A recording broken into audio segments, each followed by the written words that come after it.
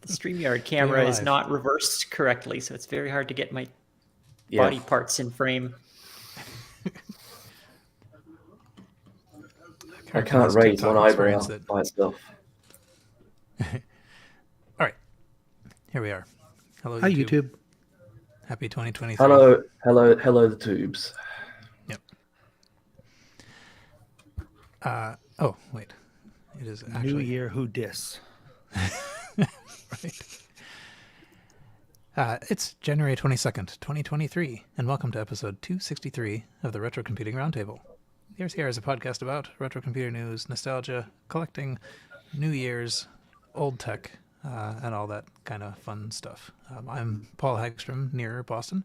I am joined today by 4 retrocomputing enthusiasts, the first of whom is Quinn Dunkey, up in the upper northwest region of Canada. Well, I guess lower left region of Canada, upper northwest of the continent. How are you? Good. We just call it British Columbia, but your regional description was essentially accurate, so I appreciate that. Okay. Yes, but BC is such a small place. It is. It's tiny, all tucked away down there. Yeah, I know. You blink and you miss it. All right. Also joining us, also from Canada, is Carrington Vanston in Toronto. How are you? I'm fantastic. I'm not in BC, so I'm like lower, but that's right. BC is where we keep all the crinkly bits of Canada. The crinkly bits, yes.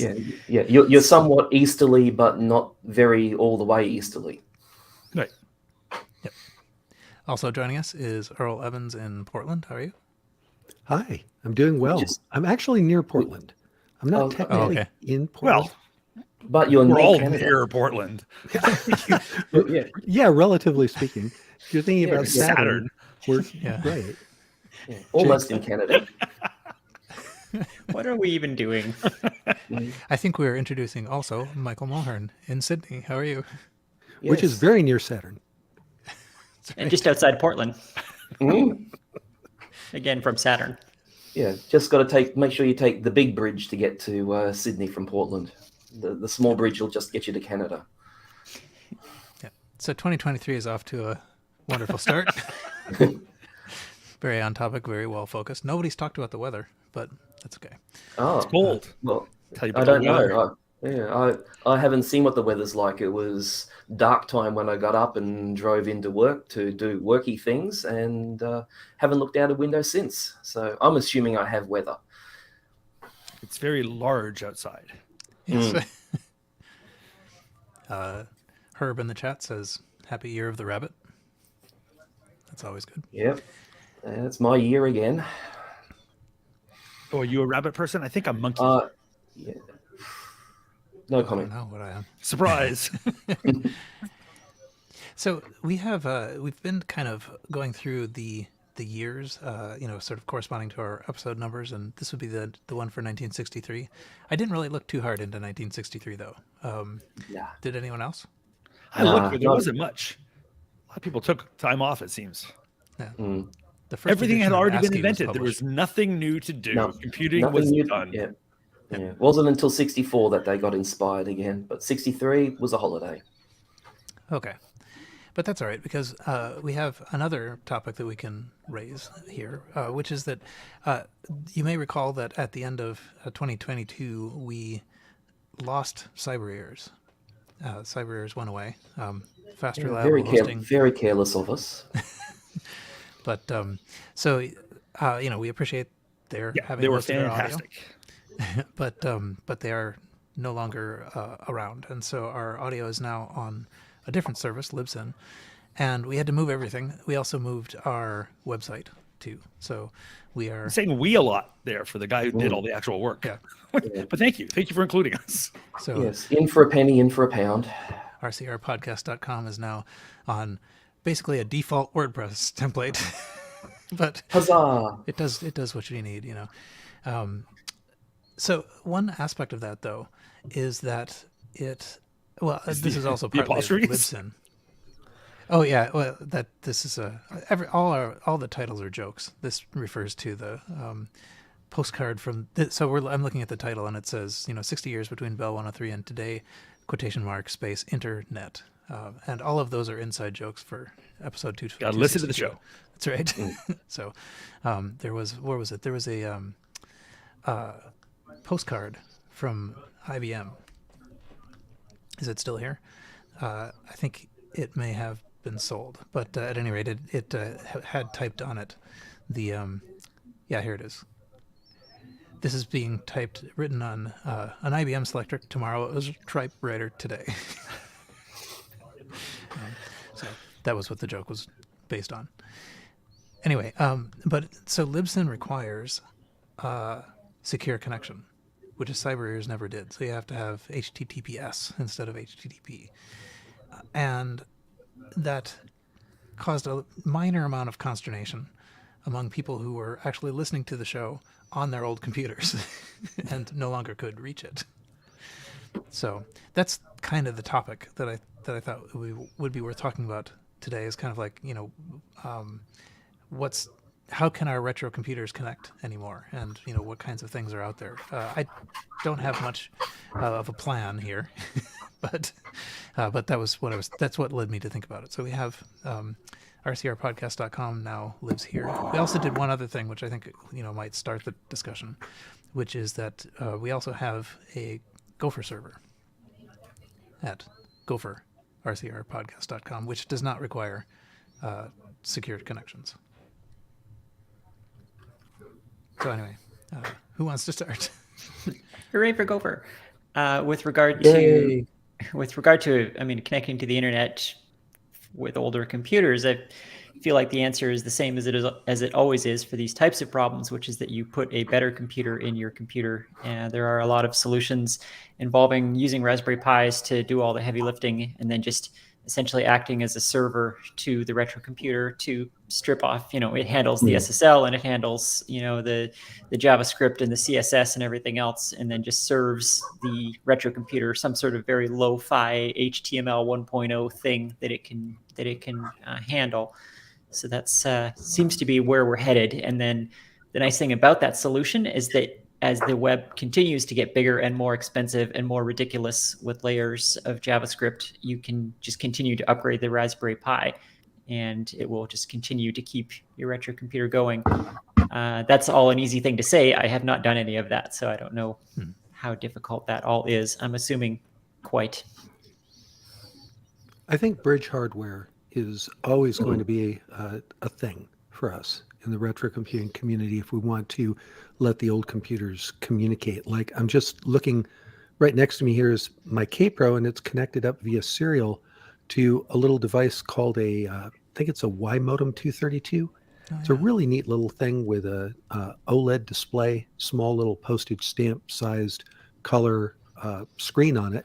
And the heart of it is an ESP8266, if I remember right, little Wi-Fi microcontroller that between the RAM and all the rest of it probably has as much or more, I'm sure it has more processing capability than the K-Pro that it's connected to, but it's only like, a couple inches wide. It's a neat little bridge though, and it's not obtrusive.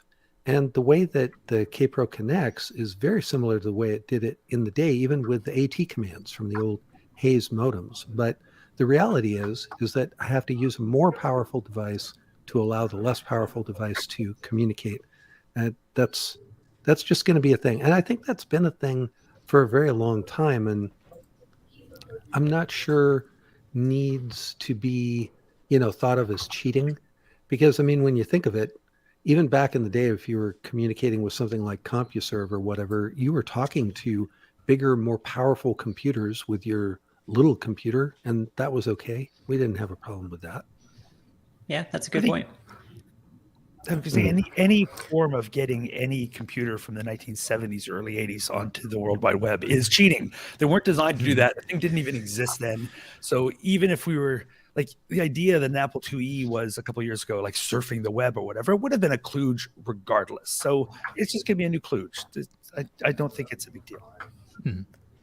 Yeah, that's one aspect of the, like, if you plug something like, like some sort of bridge thing that will, successfully retrieve the Facebook.com page and, send it decrypt it and send it over, a normal unencrypted connection, then what does your Apple II do with it? I mean, it's just like it's like more, it's megabytes of junk that it doesn't know what to do with. Yeah, that leads into what I was going to say, which is that we used to say that SSL was the death of retro computers getting connected to the internet, but I don't think that's true anymore. Like, that's easily solved with a Raspberry Pi or an ESP or something like that can handle the HTTPS. But now it's the layers and layers of CSS and JavaScript. I mean, anyone who does any bit of web development or WordPress stuff has no doubt surfed the web with the developer view open in Safari or Chrome, and you see just the like megabytes and megabytes of layers of style sheets, most of which are pointless, but it's all there, and it all has to be downloaded and all has to be parsed because it's all text. And just parsing that volume of text is out of range of possibility for a retro machine. So we're getting to the point where the translation is going to have to be so elaborate to produce something that even like an Amiga or an Apple IIgs can hope to render, that I'm not even sure you'll be able to do that. Yeah, well, the thing is, it's sort of like the Sara Lee of document development. So, as you said, layer. It's not even going to get to near time, let alone real time. So, the other thing is do we make sure that we maintain a plain old telephone system so that we can use our dial-up modems to get in and hop onto our Gopher server? I can't even do that these days because of the wonderful implementation of national broadband here. I've gone with Mr. Musk's little satellites flying around the place. Has anyone tried using a modem over voice over IP? I've heard that it doesn't work because it compresses the bandwidth, is like they compress the frequencies that the modem needs or something. Mm-hmm. Yeah, that's one of the problems. Phones at work, and I can barely understand people. So I really don't think it's going to work with the modem. It compresses. Yeah, I don't think that's really something you can blame on VoIP though. I have the same issue here. You find out that the problem exists when you actually end up talking to them without using VoIP. Well, the reason I phrased it that way is because even like actual analog landlines are gone. Like even if you have a landline in your house, it's not a real landline anymore. No. It's just they're connecting it to a VoIP system, which is why even analog phones sound 10 times worse than they did 20 years ago. But I guess the reason I ask is that if it is possible to do that, then it should be possible to route it through a cell phone. But I kind of feel like probably not. Like all the compression and the packetization and stuff that they do is probably going to wreck the signal to the point where the modem on the other side can't understand it anymore. Maybe the lower speed stuff, like maybe you could do 300 BPS where it's a lot less, they're using a lot less of the bandwidth. So it might be close enough to be interpretable. I don't know. Be interested to try that. Mm-hmm. Yeah, I haven't tried it, but I have been meaning if I can find some time. Yeah. Yeah, I think so. One sort of obvious thing I should put in here is FujiNet does kind of do a lot of that sort of thing. It is a project that is that is basically, it talks to the web and parses it and feeds sort of like retrocomputer sized information to your retrocomputer that's plugged into it. So it does all of the SSL stuff. It parses the JSON, and you just ask it like, well, what's in this tag? And it will tell you, rather than having to parse the JSON first. So you still have to know the API that you're communicating with, but in a certain sense, it's not letting you browse the web, but it is giving you access to sort of modern APIs. So you could ask the weather station what the weather's like or whatever. Parsing the JSON is a phrase that always makes me think it comes from like a William Gibson novel. Mm-hmm. That's what it sounds like. Oh, I'm out there parsing the JSON. Yeah, you're making up these terms. Whatever. Gonna hack the Gibson. Mm-hmm. I think one of the cool things about Gopher, though, is that it puts the focus back on the content. Mm-hmm. I mean, the web is so much these days format and beauty over the actual content that you're going for there, that something like Gopher just can't afford to do that. Text-based protocol, even if it's with a graphical-based renderer. I found that Windows 10 in the App Store even has a Gopher client that you can go get for it, which really surprised me. And it's what I rendered the new RCR podcast site with, and it worked, and it was pretty neat. But it in the end, it's just text and titles and kind of nicely formatted, best you can do with ASCII, which was perfect. And go get what you need. And, and ASCII was invented in 1963. So this is even applicable. Yeah. Well, not invented, I guess, finalized. Wasn't it finalized? Yeah, look at this. If you're watching on the stream, you're seeing what I imagine is a Gopher site that is up and running. And this is the Fetch client, PHETCH, if just running in my terminal. Looks very mainframey, but easy to arrow around and get the information that you want. Just for giggles, if you can't draw it in ASCII, is it worth drawing? Right. Just for giggles, I opened a terminal on my modern Mac here and tried Gopher, and they no longer include a Gopher client in the Mac OS install. I think they used to, and there certainly was in any standard BSD Unix install used to have just a Gopher client that you could just use on the command line, but that does not seem to be there anymore, which is kind of sad. You can install links and you can install stuff. This was Fetch, but yeah. Well, just to see what would happen, I just typed brew install Gopher. I figured it's got to be something. Yep, I'm getting a Gopher client. Cool. Nice. No. You hope you're getting a Gopher client. Yeah, and you're getting gigabytes of who knows what else. Nothing like doing a random brew install. Could be a real Gopher. Yeah. Give it to me. Give me what you got, baby. So I will report, or I will shortly be off camera. You'll have 16 new versions of Python and Ruby installed for some reason. Yeah. Though actually, there is a I'm not sure if it's FloodGap that's responsible for this, but there's a first of all, FloodGap.com has a Gopher proxy, so that if you want to use your web browser, you can browse the Gopher web with that. But they also have a plugin for Firefox that lets you just go directly to a Gopher site too. So if you want to switch back and forth between Facebook and Gopher, then you can do that. So there are people who are still switch back and forth, or just switch. Yeah. But yeah, so what I put on the RCR podcast place is you can, if you want to actually listen to these episodes in MP3 format, not sent over an encrypted connection.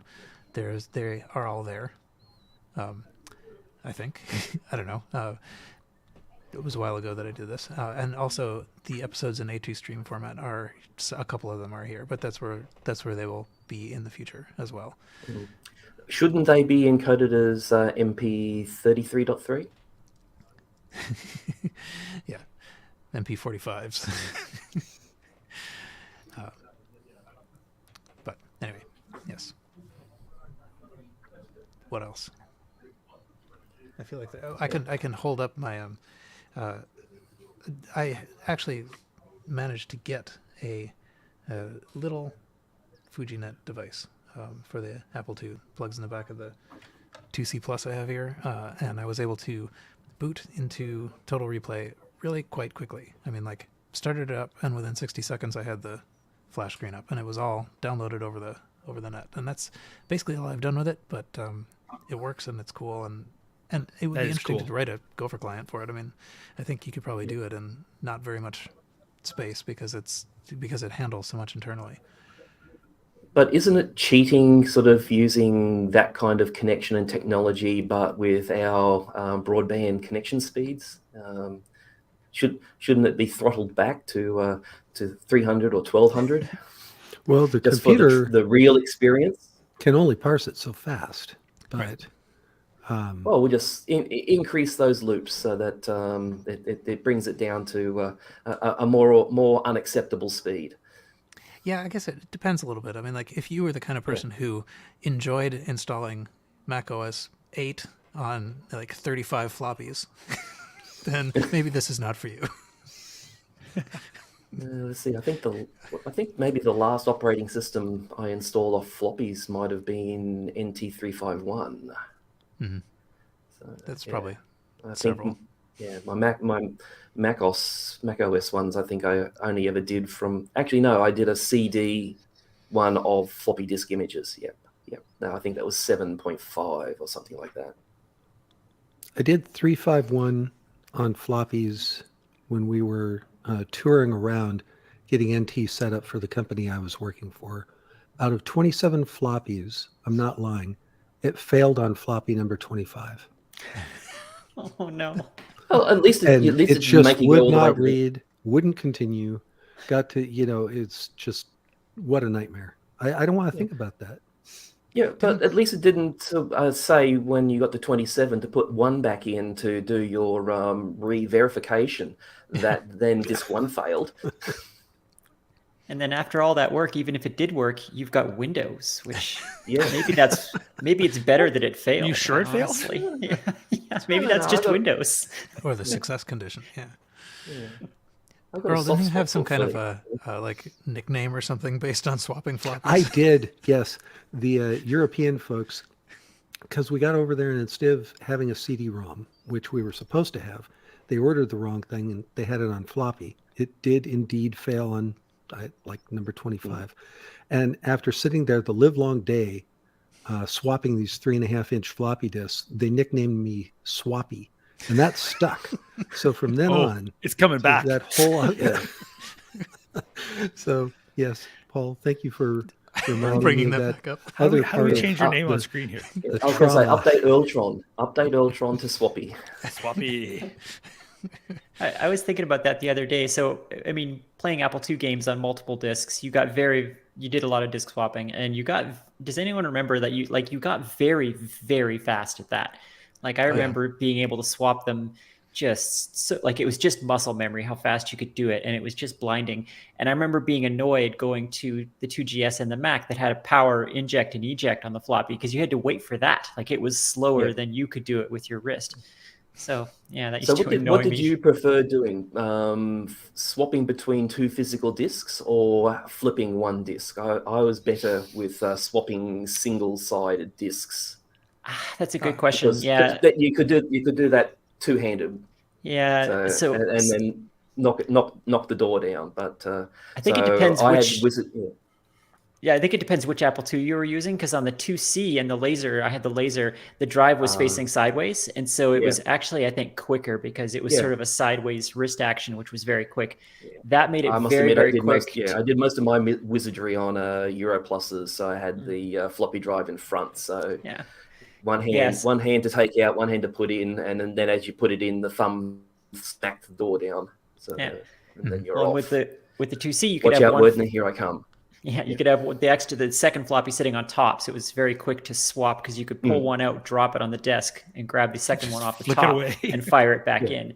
And then while it was loading, you'd swap them. So if you're swapping between two disks, or you've got four sides there, all within probably 20 milliseconds access time of human swapping the disk there.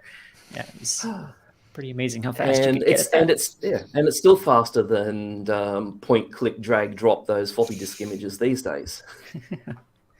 Yeah, it's way harder to change a disk in Virtual too. Like, I have to remember how to do it every time, and you drag it and it doesn't work sometimes, and I got to restart and I got to set the menu option to have that image installed, and so much worse. All right. What other good thing Facebook doesn't ask us to swap disks. And for the audio listeners to the show, Earl has in fact changed his screen name to Swappy. Just state that for the record. Yes. Yeah, Swappy the bush kangaroo. Yeah. If you work with Randy on floppy days, that one episode could be called Swappy Days. Wow, that's a deep cut. It's like 3 people in the world that get that joke. Yeah. All right. Let's see. Yeah. Well, anyway, I guess I'm mildly optimistic that maybe this Gopher thing could, we could. I mean, there is a pretty large community already out there doing Gopher, and I'm only seeing the edge of it. But yeah, it's like you said earlier, it allows you to actually get to the content because just playing through our Gopher site there, it's so much faster to actually get to the information. And it's amazing to me how quickly you're not missing all the graphics. You're not missing there, and you go, well, God, there's actually more information on the screen with the Gopher than there is with WWW. Yeah, I think there's Such no a bad question idea. that Gopher is an excellent candidate if we want to build some sort of retro parallel universe of the internet. I mean, yeah, Gopher is an excellent way to do it for sure. Yeah, I think I'll have to put a Gopher side on my retrospective site. Maybe I'll get a bit more enthused to blog Gopherly. So that'd be glogging. I hope so. Gogging. I hope so. Goffing? Yeah. Gophing. Yeah, Yeah, I'll do some gophing. That's like tweeting and tooting, right? Yeah, exactly. I go. We all go. Yeah. All right, we've sufficiently conjugated. I could go Gopher. I could go for. I would go for some Gopher.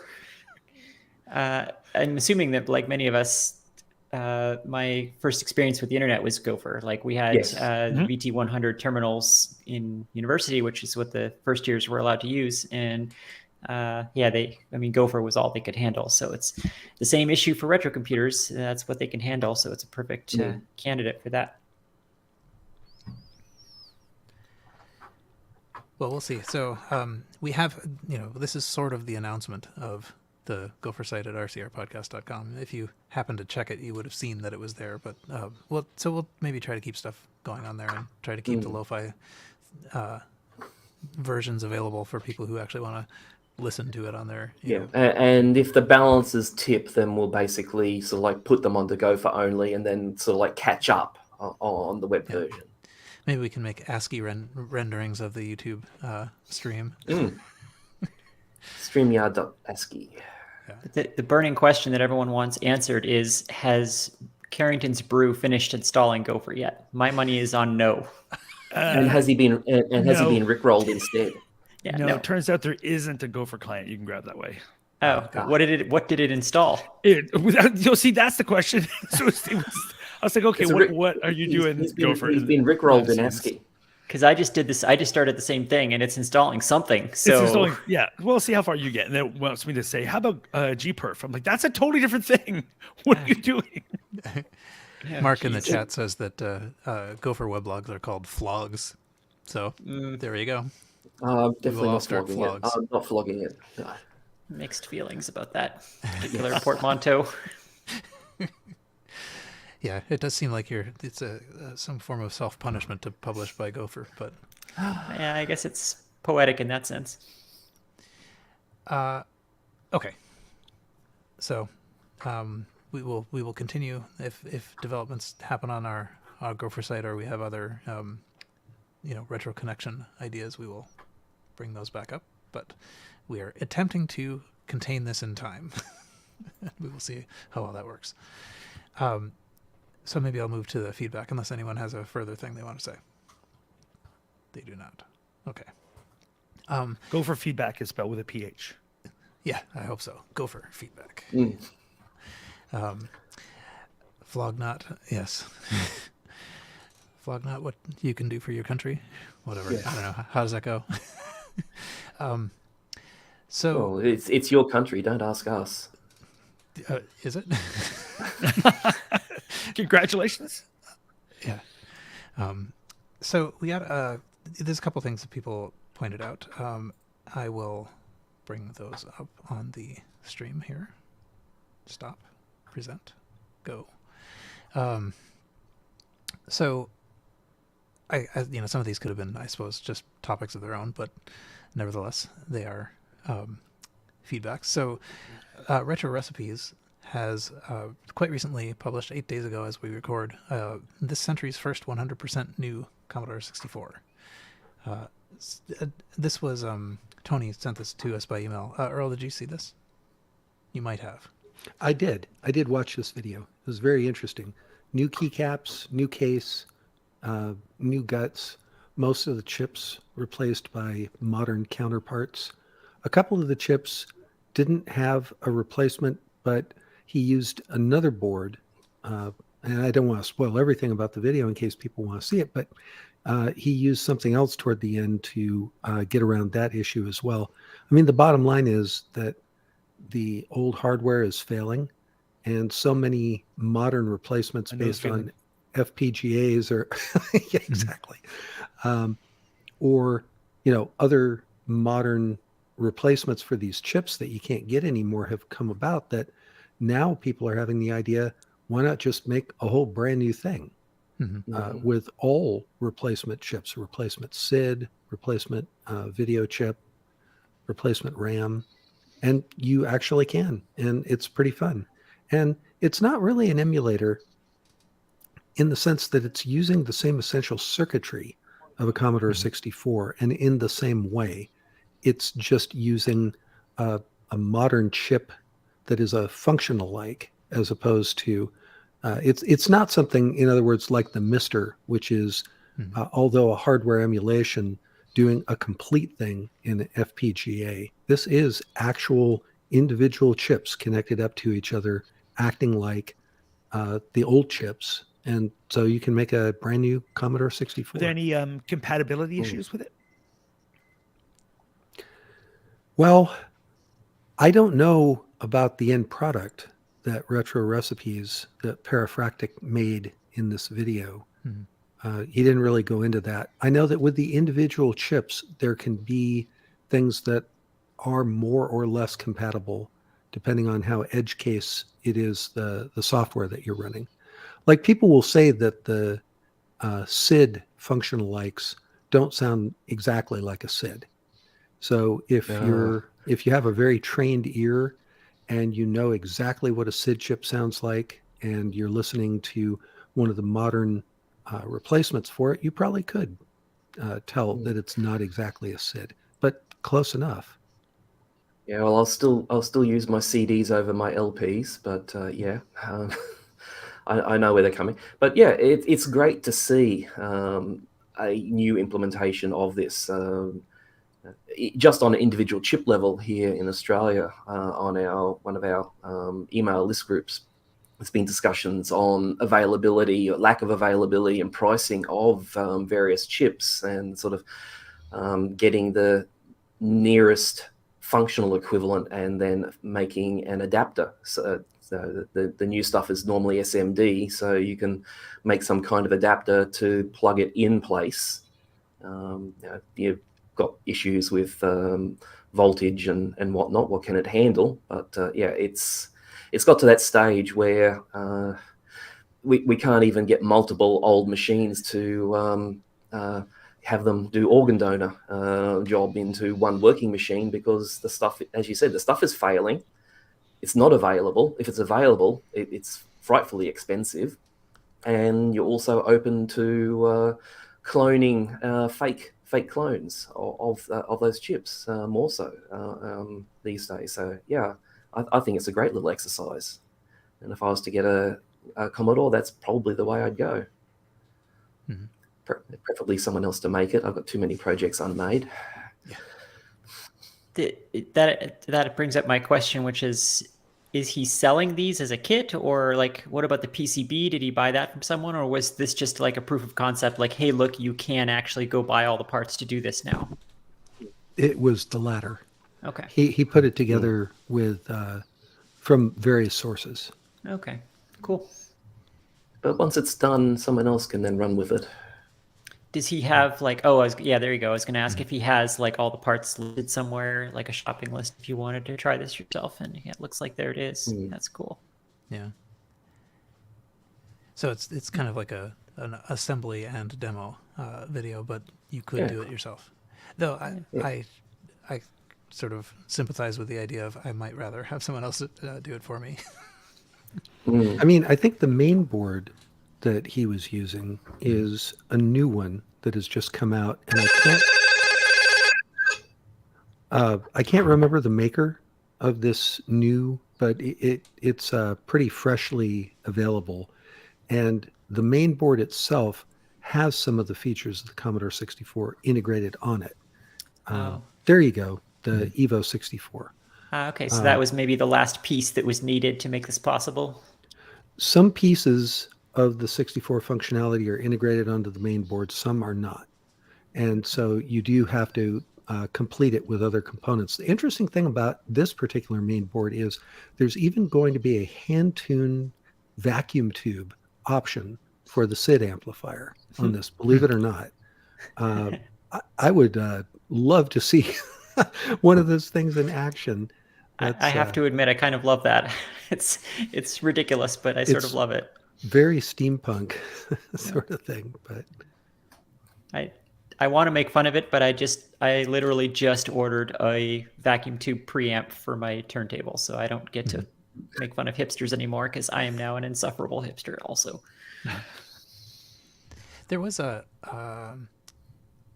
Apple II, like a Mockingbird clone, I think, that had a vacuum tube on it too. That was one of the A2 Heaven things.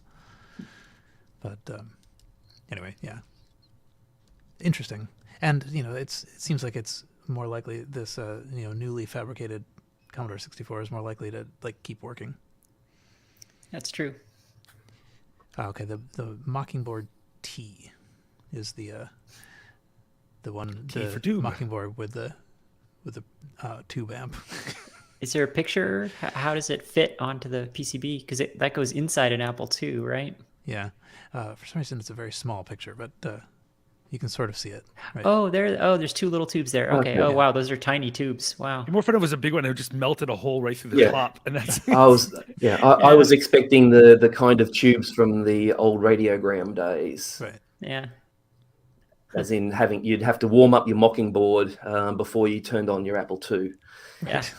Well, yeah, the phono preamp that I just bought takes 30 minutes to warm up, which is Really? Oh yeah, my which goodness. is again ridiculous, like a ridiculous thing to own. But You here we have are. become the ultimate hipster. Yeah. Congratulations. Achievement unlocked. That's sort of gatekeeping the young hipsters out because they couldn't wait 30 minutes to do anything. Yeah, no. I tried to explain to my nephew, because he's only ever experienced streaming, that you used to have to wait until the thing you wanted could be watched. And then sometimes there was nothing that you wanted to watch. Yeah. Right. Behave or I'll make you play your games on a Commodore 64 and you'll know all about wait time. Okay, let's see. Next thing is another thing that Tony sent us. I think there are three things. This is the second of them. The first two were sent by Tony, and this is the Go Floppy drive. Have you seen this? It's basically like a GoTech. It's not actually a GoTech drive, but it's basically like one. But it's in the form factor of a 3.5-inch floppy. It's thicker than a 3.5-inch floppy would be, but it is it's just cute, basically. It's heresy to go to this modern technology 3.5-inch disc stuff. 5 1/4 forever. Mm-hmm. So they're new enough for us 8-inch disc users. There's a little window here that displays the label, and I think he made some effort to actually sort of make it match, so it looked like it was written on the disc label. Actually, that's an interesting use for those e-ink labels. I've seen them popping up on a few places. I've been looking for a use for e-ink labels, so I might have been converted. It's pretty cool. I still think it would be pretty wild if you could actually make a drive that you could, like some sort of flash drive that you could actually stick in an actual floppy drive and let it read. Feed it the magnetic stuff that it's expecting. Yeah, I was going to ask about that too, like the CD adapters do for like for cassette CD adapters. Yeah, I wondered if anyone had ever done that for floppies. It seems I've got for a one 3.5-inch for reading. Yeah, I've got a 3.5-inch disc reader that you put the memory card in from, say, a QuickTime 200. So you stick the card into that, and then having the appropriate Mac OS or Win95, Win98 drivers, you can then read the card via your floppy drive. Can't be a USB floppy drive, but so that was a lot of fun getting that to work. So it didn't I would love to have something like this. So it didn't actually emulate the floppy, but it used the floppy disk drive with a special driver? It used the floppy disk read head to actually to read the card. Oh, that's cool. Well, to take the data in from the card. I'm not quite sure exactly how it works. I probably could go in and find out. But yeah, you just take the card out of your camera, slide it into the 3.5-inch disc carrier, make sure the batteries, use the standard CR2032 batteries, and then just pop that into your floppy drive, and then you just open up the pseudo disk in your image package, and off you go. Just as if it was tens of megabytes of data on the floppy disk. That's neat. That's a neat Or in the case of the QuickTime camera, a massive 4 megabytes of data on your floppy disk. Yeah, the custom driver, that's a clever workaround to the problem of having to have the spinning disk and then fake, what the drive head is expecting to see. That's neat. That's a good idea. Yeah, so it's just like tickling the drive head with data. So the chat says that it's called a flash path adapter. Yeah. Did not know that existed. There are people out there. There are people out there toying with my lack of ability to remember things. So yes. Yes, and now we have it on Wikipedia, as inevitably we do on this show, is look at Wikipedia. That's cool. Yeah. Okay. But this is very close to that idea, though. I mean, like the only thing it's not actually handling is the sort of like movement of the head, right? Yeah. Well, you'd have to actually have a thing that interfaces with the motor and detects the spinning, and then based on that shows the right, magnetic presence at the window, which that would be very difficult to do, I think, in the space that you have inside a floppy disk. Yeah. But that's neat, though. No. Okay, let's see. And then the last thing that we got over feedback was the publishing by Lee Fastino of Game Boy Tetris ported to the Apple II, which is pretty interesting. I don't know. I tried it a little bit, but I personally don't have that much experience with Game Boy Tetris. But it's it's on the Apple II on an actual emulator. It plays the music. So, have you seen it? So why is it specifically Game Boy Tetris? I don't think I understand this. Is it because it's green, or is there something else about Game Boy Tetris that's special? I believe it is the implementation of Tetris on the Game Boy. But I haven't bothered trying it because it's a game of timing and skill, both of which I lack. Mm-hmm. I mean, I think it's basically got the graphics that you would expect from the Game Boy. Oh, I see. Oh, okay. Oh, yeah, it's got the same UI and everything. That's a very niche project. Like that's not something I would have thought to do, is to port a Game Boy game authentically to an Apple II like that. Mm-hmm. Yeah, you say very niche, and I was about to say very Quinn. Yeah, it's one of those projects that only a very specific person would love, but it's kind of interesting. Looks well done. Mark says that it plays in double high res with music while playing, which wow. Yeah, so and it's the recognizable sort of like Russian music, right? Wow, that's witchcraft. Yeah.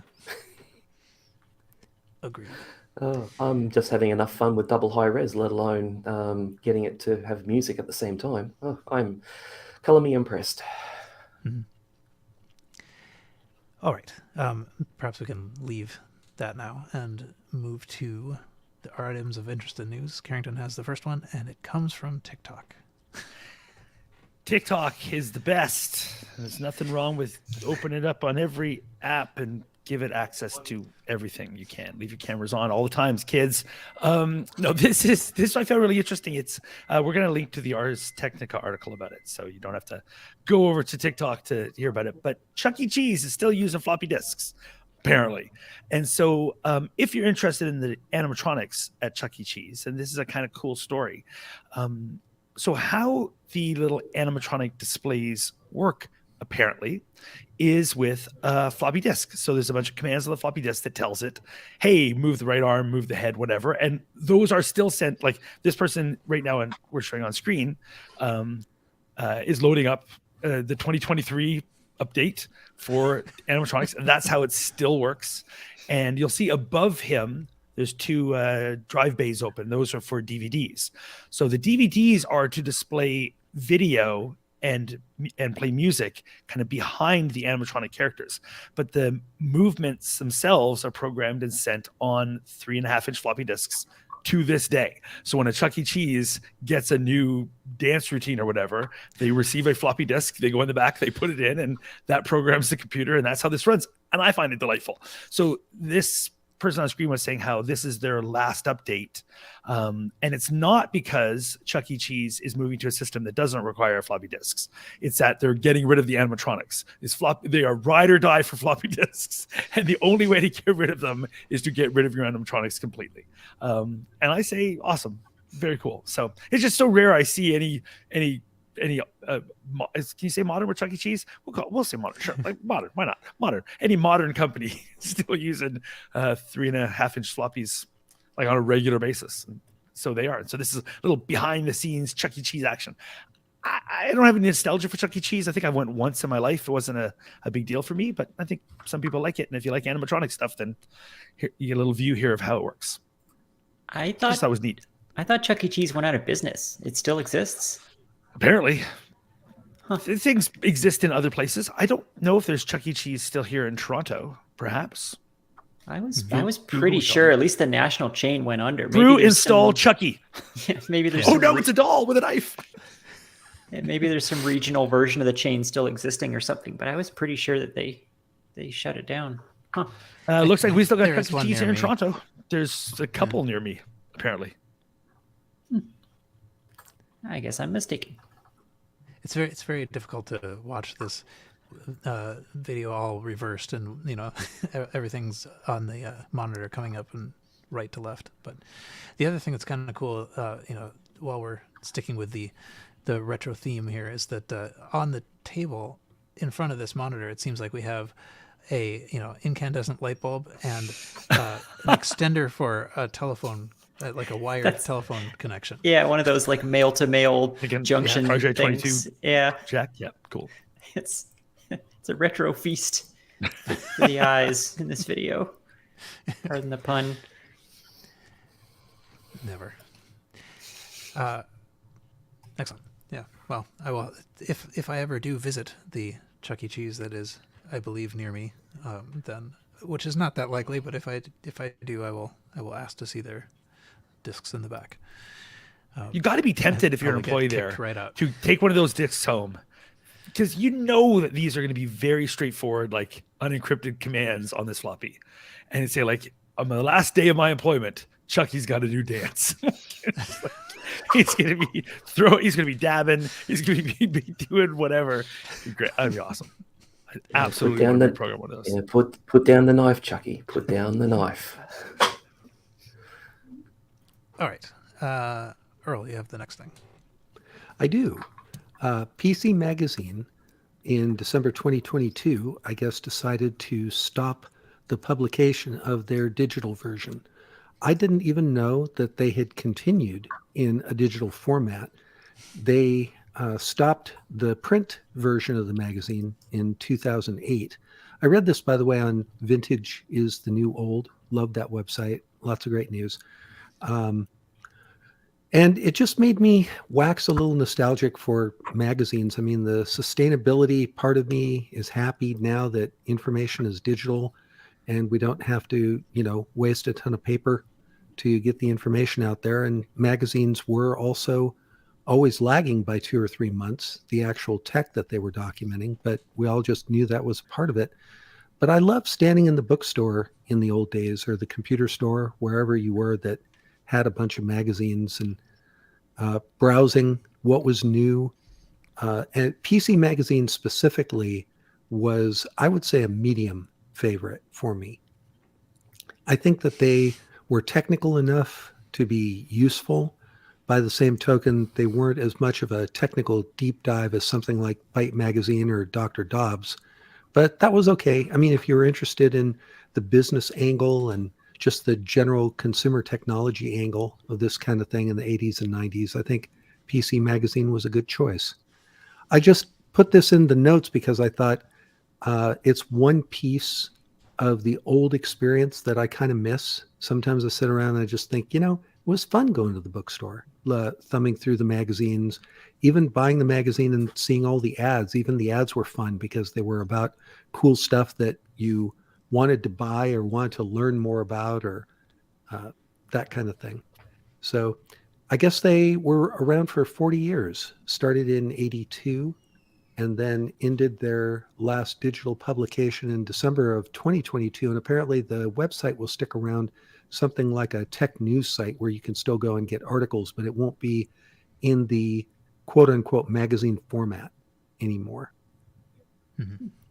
So it's sort of like a constant, just like news site. Mm-hmm. And the old ones are on the Internet Archive. At least 40 years. That's a good run for a magazine. That's impressive. Mm. Yeah, I don't think I really read it. I was aware of it, but I don't think I really read it very much. But it's possible that all of this sort of lukewarm attitude we are expressing here has something to do with why they're not continuing. But I'm glad they existed. I can say that at least. Yeah. Also, I think with all magazines, the problem is finding new readers. Earl, I think you are muted again. Or at least it looked like you were talking and I couldn't hear you. Oh, is this better? Yes. Yeah, I seem today to have mute anxiety. One of the things that I was saying is I wondered if I would wind up being a party of one on the podcast for PC Magazine, because I think most of the other folks here were more into the Apple technology through that time period, right? No, actually, for a lot of that period, I was a Windows user. From Win 95 through to 2000, and that's 2000s when I jumped. Because I got my first PC compatible, I think it was 1985, something like late 1985, and it was a Compact Desk Pro. And that put me firmly into the PC camp personally for a long time. I guess pretty much forever. Yeah, early 90s is when I moved from Apple II to PC. Yeah, and then end of the 90s was when I then went to Macs. So I hadn't really been interested in Macs prior to Mac OS X. I spent a little bit of time doing programming that was in a Windows or a DOS-based office. It was actually sort of DOS and CP/M, but so it was I don't know, middle 80s, and so at that point I remember actually being quite pleased with the architecture of the PC and like the drivers that you could slot in, and it all seemed a lot more modular than what I had on the Apple II. Apple II, everything is kind of like it's written for the hardware that is there, and you cannot have any alternate hardware because it is in the ROM. So I remember liking that. So that was sort of a PC enthusiast for a little while. Okay. Yeah, so the 90s was basically, 90s is where I dabbled with the PC.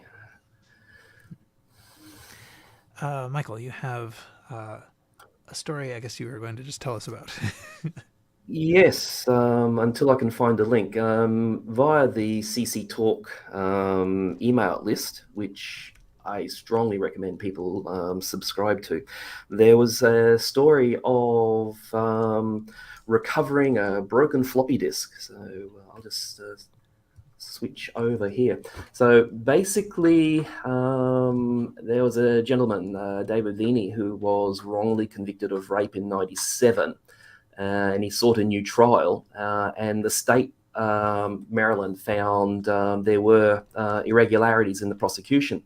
So they went back to get the original transcripts of the trial, which they found on a floppy disk. And of course, being June 2022, the floppy disk was found to have issues like how do we read this?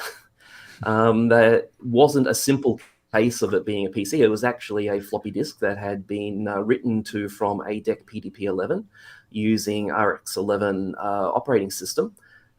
So they went to the computer museum and said, can you read this? So they set up Grease Weasel to read the flux, and then basically they then had the raw keystrokes that the stenographer had recorded using the stenograph machine, and so they still needed to translate the stenography into written English. Now, that's not a one-for-one thing, because stenographers, like shorthand, does allow for some customization by the actual person recording the thing. So the idea is that they use standard keystrokes on this, or standard characters, and then when they then basically type it up effectively from that. So they had to find a stenographer, but they were actually lucky. They actually found the original stenographer to that trial.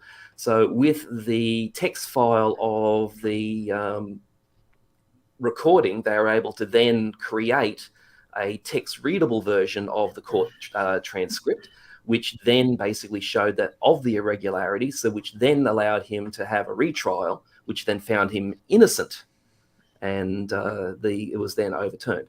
So yeah, it's great to see that sort of thing there. And then unfortunately the CC Talk thread then went into, that anyone could have done that, but they reached out to someone who they asked. So it was, to me, it's an excellent use case of someone being able to take old media and sort of like bring it back in, and here we are with a tangible benefit, for someone to be exonerated from from a very heinous crime and incorrect conviction. So if I understand correctly, the data on the floppy was stored. They used the keystrokes of the stenographer's keypad as the data format to store it on the floppy disk. That's really interesting. So it's almost like a magnetic punch card in that sense. Yeah. So if you go and have a look at some of the stenographic machines there's whole different styles of them, to like half domes with keys going into it and other various things. And so, they had to sort of like go back and find out what was the hardware that was used, what was the system, and they would have got there in the end. But I think, it's just great that they actually sort of, okay, well, we know who was the stenographer, and they went back and they found, okay, the person was alive, so that's a good help.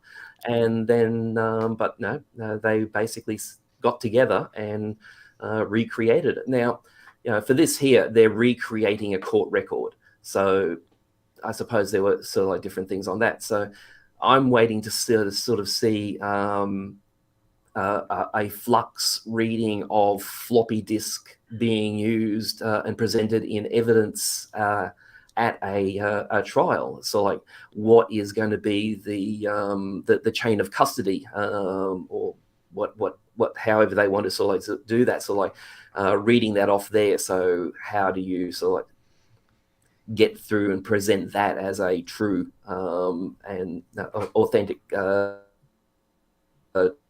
translation or rendition of that media? So it's an interesting edge case of the justice system, but I thought that it was quite good. So if I can't find, I have the email that was put into CC Talk.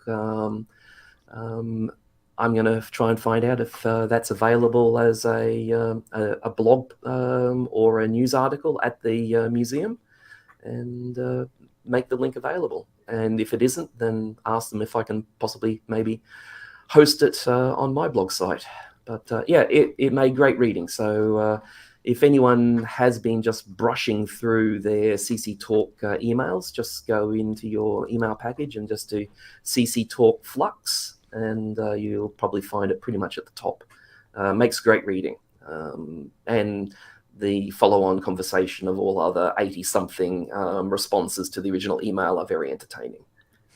So Paul had it on screen there briefly, but for anyone who may not be aware, what makes that interesting on the keyboard side of it, the encoding part of it, is that court stenographer keyboards are corded keyboards. So it's basically like the one niche where Douglas Engelbart's idea of a corded keyboard actually found a home, and that's because it's incredibly, incredibly fast, and that's how they were able. That's how they're able to type and keep up with people speaking in real time. It's because they're corded. So it's a very, very specific skill that they learn to do that. And it's a very unusual sort of niche in keyboarding that doesn't exist anywhere else. So it's a pretty interesting thing. They're not just typing on a regular keyboard there. Here in Toronto, excuse me, they don't do that anymore.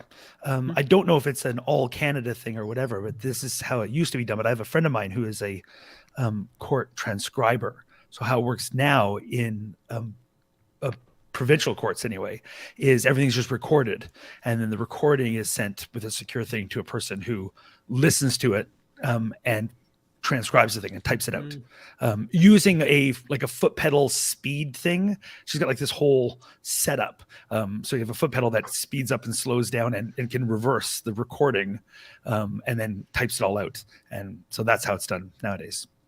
Interesting. Yeah. Actually reminds me a little bit of the, I think last time we had this ad for something that you could hook up to your, I think it was an Atari 2600 to change the speed of your, gameplay as you pedal on your exercise bike. And maybe that would be a good way to actually, bring up the fitness level of stenographers. Well, yeah, I'm all for I'm all for bringing up the fitness level of stenographers, but that's definitely not something I'm interested in. No, I don't pedal faster for nobody. Yeah. All right, let's see. I guess it's me. I am next. So the thing that I wanted to... Oh, actually, before I do say that, the CC Talk, it is a mailing list, but there is also a archive. And so we can, minimally, we can at least link to that message in the archive. Okay, that's an excellent idea. Okay, so it is the 40th anniversary. Yes? Before you start, I'm actually going to have to drop out. So, Retrocompute. And I'll catch up with you for the next episode. Unfortunately, I've been spotted in my office and I can't stop this one from coming in. Okay. See you. Good to see you, Michael. Bye, Michael. Okay. Hopefully he turns off his camera so don't hear the... Okay. So the Lisa, Apple Lisa, has turned 40, I guess. And as there's various things that are happening about that, but somehow the Computer History Museum has managed to get Apple to let them release the source code. So this is they've had many high-profile things. This is among them, at least, though. So you can download the source code and look through it. It looks to be largely in Pascal, I think. But anyway, yeah, it's neat to have it. I think we talked about this before when we talked about their source code project, that I don't know what I'm going to do with it, but it's neat to have it.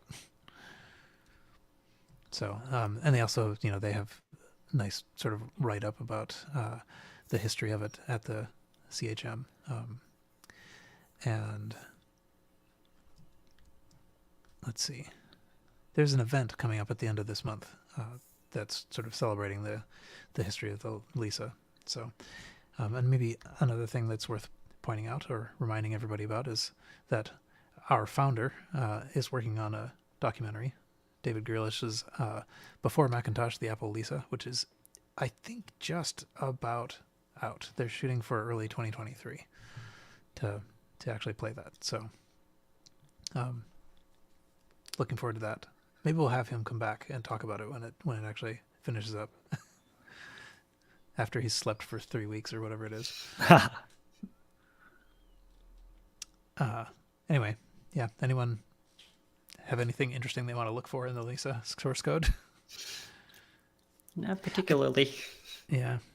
I think there was, I did flip through a little bit, and there was, there's some references to things in there. Like, I think there was a model that they referred to as the Pepsi, which I guess that had to do with, I'm not sure exactly what the deal was with that, but,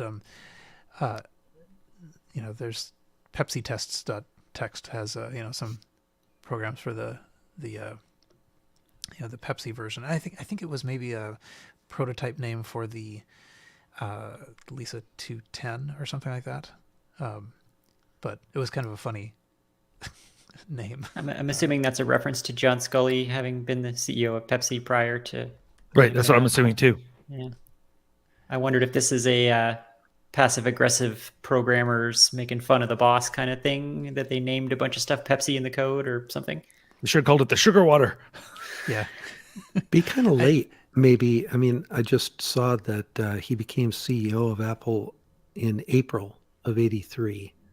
So theoretically, a lot of this source code would have been cranked out ahead of that time. So I don't know if that lines up. Interesting. Because it was, the whole time that Scully was CEO, he was relentlessly mocked for being like the sugar water guy and what do you know about computers and yada yada. Like that was an extremely, there was so much opposition in and out of the company to him coming over. But that's if the timing isn't right, that's interesting.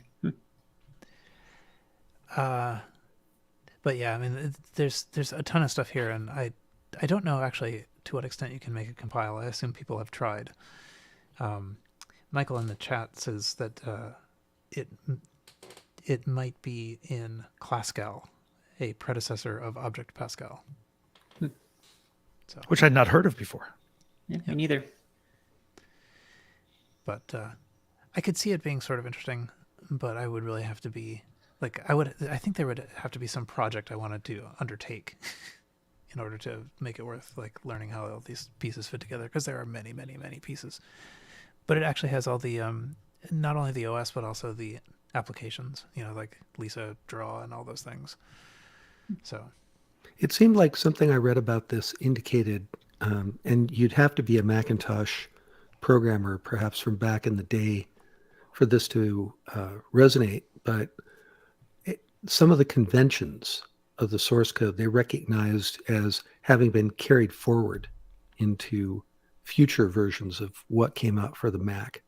And I don't know the particulars of that, but that would kind of make sense. Mm-hmm. Anyway, I feel like somehow I should be talking about it longer because it is such a momentous thing, but yet I have little else to say. So yeah, it's a funny thing. It seems like a big deal, and then you're like, okay, it's a bunch of weird Pascal for a computer that nobody's ever seen. Well, Pascal. Yeah, that's right. It's not even Pascal. It's funny. So this story came up on another site that I read, and all of the comments were basically, oh great, they released this, but they still won't release the Apple II ROM. Like, we still can't technically emulate legally because Apple refuses to give up copyright to that for some stupid reason that nobody can explain. Mm-hmm. But now we have the Lisa ROM. Great. Yeah. Well, the Computer History Museum managed it, so maybe they could manage one more thing. That'd be great. But yeah. Okay, Quinn, you have the next thing. I do. Let me just fill dead air while I remember how to share things in StreamYard. So this is actually related to what we were talking about with, bridging old technology with new technology. So this is a common problem, of course, that we all know about, which is that the batteries in your retro computers leak and they ruin everything in a 3 square inch radius. And this is, in this case, the Mac SE30 has a battery that sits just above the real-time clock chip, the RTC chip, which in the Mac is not just the clock, but also stores the parameter RAM. And that's the real killer here, is that PRAM, of course, has all of your critical settings. So what tends to happen on these SE30s is when that battery leaks, it takes out that chip with it. And now, even if you replace the battery and fix all the traces, it doesn't remember the clock anymore, but that's fine, whatever. But the real hassle is it doesn't store PRAM settings, which makes a Mac incredibly difficult to use. So it's a story about replacing that, and this being a common problem. There is in fact a community solution for it already. If you go on GitHub, there's a chip that you can, or a program you can buy, and a circuit you can, you can buy an ATtiny microcontroller, and there's circuits on GitHub that you can build, and a software package that you can flash onto the microcontroller that will emulate the Apple real-time clock chip. And it also, because the ATtiny has static RAM inside it, it will actually also emulate the parameter RAM of the SE30. So it's really cool. It's kind of a drop-in module that replaces the battery and the chip and the clock all at the same time. You can just kind of eliminate all those components. What's interesting about this particular story is that the guy did that with his Mac and it didn't work. And so this is a series of interesting blog posts on his investigation on why the community solution did not work for him. And TLDR, the reason that it didn't work is because it turns out Apple used more than one real-time clock chip in these SE30s. There was different versions of it, and nobody apparently knew this until this guy figured it out. And he actually went through with a logic analyzer and determined why the replacement wasn't working in his specific SE30, and determined that there was multiple chips that they used, and they're slightly different. And I was reminded of that time that Charles Mangan did the presentation on the M0100 mouse at Kansas Fest a few years ago, which is, a single mouse model number that was actually like 10 different mice that were in some cases extremely different from each other. So this was a microcosm of that same problem. So there was, I think the standard one was like 20 bytes of PRAM, and then they quietly upgraded it to 256 bytes of PRAM sometime during the SE30 production cycle, and just didn't tell anybody or didn't document that in any way. So this was a very interesting little adventure. So I haven't read the whole blog series yet, but presumably he gets to the point where he figures out how to identify which chip you have, and hopefully the GitHub project it can be updated to accommodate both chips. But very interesting problem, and it's an excellent write-up if you like very technical debugging and problem-solving stories, which I do. How crucial to this is the ATtiny? I'm wondering. Like the first thing I thought of when thinking about replacing the PRAM is I thought, well, maybe you could put something that has a Wi-Fi thing on it so that you could change your PRAM settings from across the room without having to. I'm sure that's possible. I'm sure that they used the ATtiny just because it's a cheap mass market microcontroller that people know how to program, and they're easy to get and easy to program. I mean, there's no reason you couldn't do this with any microcontroller, and there's no reason you couldn't do something like you've just said. All it's doing is listening on the pins of the RTC chip for a certain protocol where the CPU is asking for PRAM values and writing PRAM values. So I'm sure you could put an ESP on there with Wi-Fi and have it, access the data that way or whatever as well. You could update your PRAM remotely. One of the other interesting thing about this story that I liked is that the way he was able to debug this was by using a reference from the day. Inside Macintosh Volume 3 actually documents the protocol that the CPU and the RTC chip used to talk to each other. And I mean, that would be very, very difficult to reverse engineer. So it's a good lesson that when you're debugging this stuff, that the contemporary documentation of the day is your friend, because I'm sure if you Googled that information, you'd never find it. So you have to go to a dead tree book from the time to get that information. And it's easy to forget how good the technical books of the time often were, because people back then needed that information too. So it's a great story, I think. Cool. I wonder, the Inside Macintosh books, they were just like, they just kept adding more to them as they kept adding more modules to the ROM and stuff like that. I wonder if actually the revision that they did partway through the SE30's run was documented in 7 or something like that. Yeah, that's an interesting question. I don't know. I mean, as Apple went on, they got worse and worse at documenting that kind of technical detail. So, I mean, yeah, nowadays you can't find that information about your MacBook Pro. They don't obviously document that stuff anymore. But yeah, it would be interesting to see when did the documentation fall off to the point where you can't get that kind of information anymore. I wouldn't be surprised if it was somewhere around the end of the SE30, honestly. All right. I think we have made it to the end of our items of interest in news, and we will now turn to an interesting commercial. Is that right? I think that's right. I think I'm supposed to say a word from our sponsor, but whatever. It's 2023. There are no rules. And apparently I'm informed that once again, Google has lost the ability to share my screen with StreamYard. It hates that. So someone else will show just giving you a heads up. A window open with my eBay things, but I cannot share them with the world. Okay. But first, and we're back. So the host's retrocomputing gift idea this time is kind of an unnecessary object that's pretty cool anyway. It is, you know how you plug in your little USB chargers to a little, nondescript cube at the end that you plug into the wall? This is a descript cube. It looks like looks like a little Mac Classic. It is the Char Geek Retro 35 watt charger. I don't know what GON stands for. Does anyone know? Gallium nitride. Anyway, it's not silicon one. Silicon. I keep saying silicone lately, man. It's the other way to do chips. It's the new hotness in chips. In fact, I think these run warm. I think that's the downside to a GAN charger. Okay. Not too expensive, $39. I mean, it's not like pick them up at the bin as you leave. What's cool is the screen lights up. So that's kind of neat. And the color it lights up is depending on like what it's doing. So it'll go from yellow to green to, I think, or to yellow to blue. And then green is supercharging whatever it is. I don't know. It's neat that it lights up and has a little happy face on it. It describes it as like a smart screen because you can change the happy face. Now, what they mean is you can print your own stickers if you'd like and stick them over the screen. So it's an interesting use of the word smart there. But yes, it would be smart of you to print your own stickers and paste them on the screen. I still like the idea, though. If I'm going to have a little white thing charging my phone, I'd rather have this, to be honest. I think it looks adorable. It is very cute. Yeah. And in the image that we're looking at now, it is supercharging. Apparently. Yeah, supercharging. But anyway, so yeah, it's not. It is what, $39. I hear though that a lot of people are saying you can get it a lot cheaper. It's a site where you want to add it to your cart and go away for a couple of days, and they will come a knocking.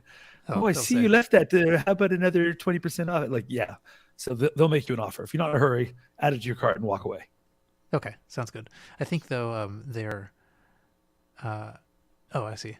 I thought they were taking New Year off, but in fact, it's it looks like there's a small language barrier here somewhere.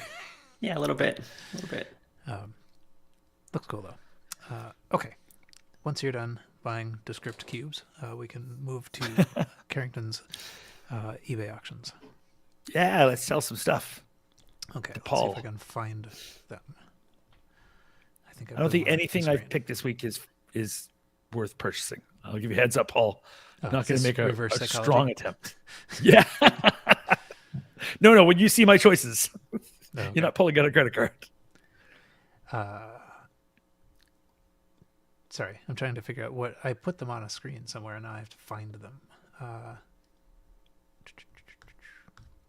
I can just paint a word picture. It's an audio broadcast. Okay, that isn't it. What is that? AT Tiny. Okay, I've shared the wrong screen. And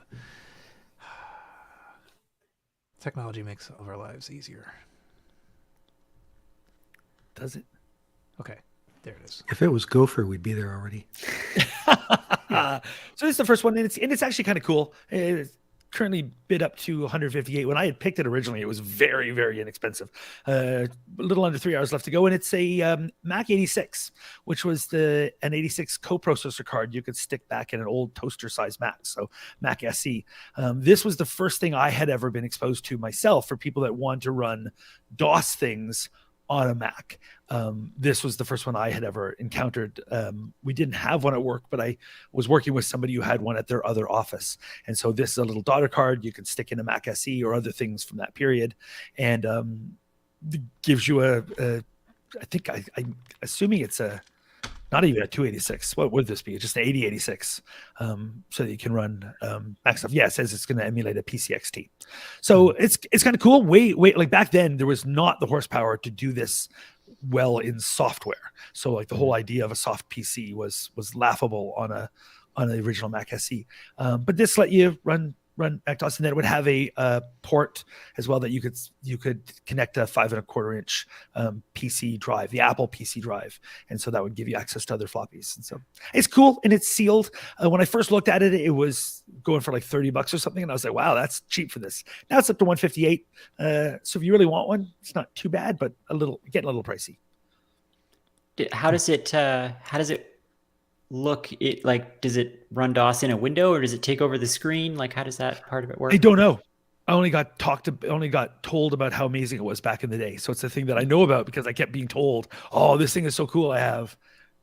So I've always been a little jealous of it, but never got to see it actually run. It's probably terrible. Paul shouldn't buy it.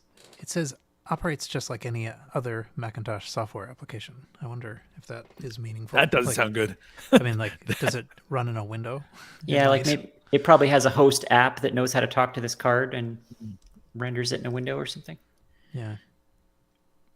Interesting. Let's see. Mac 86 was, it had a 10 megahertz Intel 8086. But a faster computer in your computer, as they say. Yep.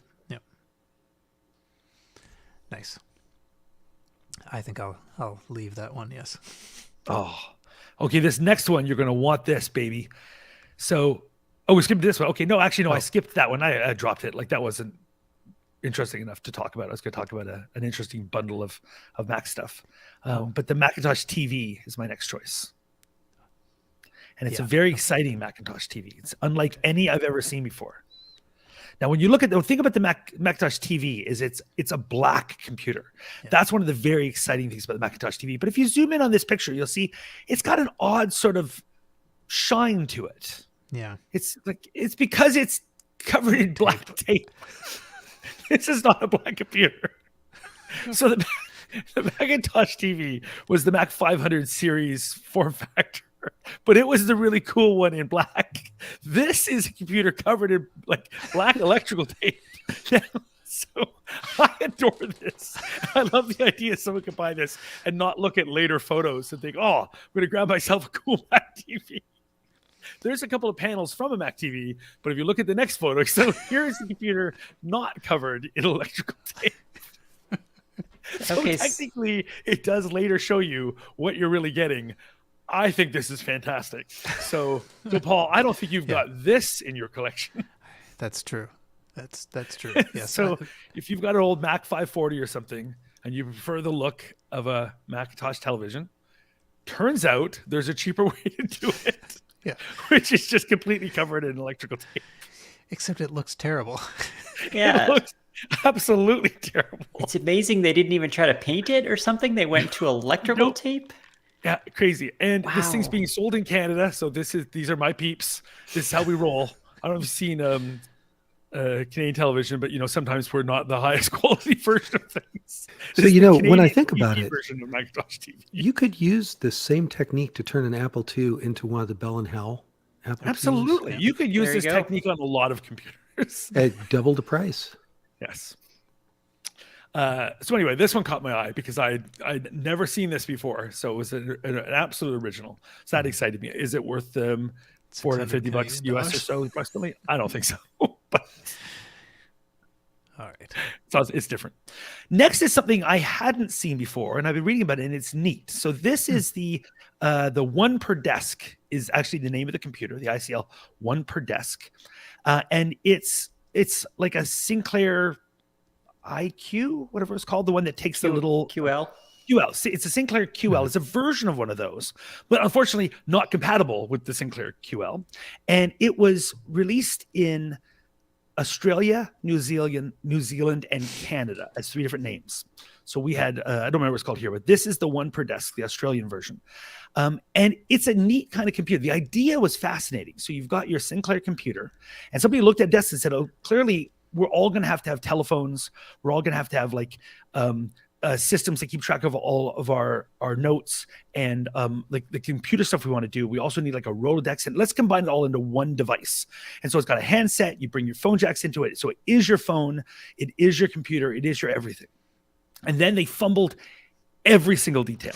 So when you look at it, you don't realize that it's smaller than you think. It's actually got a 3/4 size handset. So it's like uncomfortably small. So when you hold it, it's like a little slightly miniaturized handset, which is what everybody would want to hold up to their head. It's hilariously small.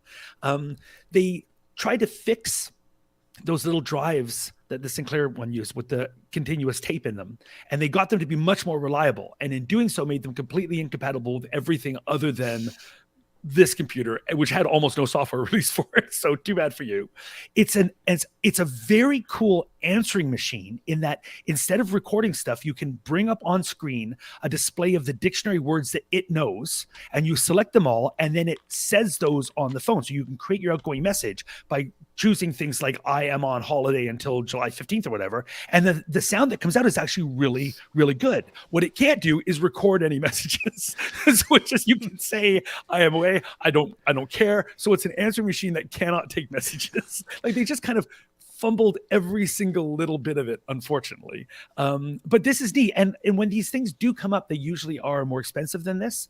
This is missing a thing that plugs into the back. If you look at the back of it, or you can kind of look in the photo, there's like a bump on right now. The photo we're looking at, if you look from the bottom, on the right is a large bump, and that's it's like a plug-in thing, and that's where your phone jacks go in. So that's the phone side. On the left side of this photo is another place where you could plug in a unit that takes a bunch of ROM cards. And so the software that did exist came out on those little ROM cards. You have little ROM packs, and it would plug into you. It was an optional extra. You could plug that in and then get little other programs like a spreadsheet or whatever, and they come in those ROM packs. And so this is missing that.